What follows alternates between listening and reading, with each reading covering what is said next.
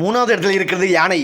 ஒரு யானையால ஒரு முதலையை கொல்ல முடியும். ஒரு யானை 6500 பவுண்ட்ல இருந்து கிட்டத்தட்ட 12,000 பவுண்ட் வரைக்கும் எடையுள்ளதா இருக்கும்.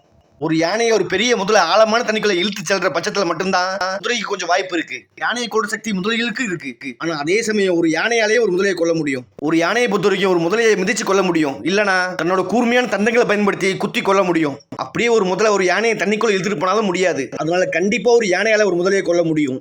4வது இடத்துல இருக்கிறது ஒரு காண்டாமிருகம். யானையை போலவே ஒரு முதலையை கொல்லக்கூடிய ஒரு மிகப்பெரிய உயிரினம் தான் காண்டாமிருகம். அதாவது 1000 பவுண்ட்ல இருந்து கிட்டத்தட்ட 8000 பவுண்ட் வரைக்கும் எடையுள்ளதா இருக்கும்.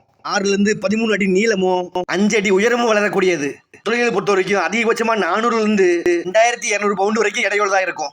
மிகப்பெரிய எடை காண்டாமிருகத்துக்கு சாதகமாக இருக்கு. நிலத்துல ஒரு முதலையை காண்டாமிருகம் கொல்லக்கூடிய வாய்ப்பு அதிகமா இருக்கு. நீதி யானைகள் போலவே காண்டாமிருகமும் ரொம்ப ரொம்ப ஆக்ரோஷமானதான். அதாவது பயங்கரமா ஓடக்கூடியது, துரத்தக்கூடியது. அது மட்டும் இல்லாம தன்னோட கூர்மையான கொம்புகளை பயங்கரமா தாக்கக்கூடியது.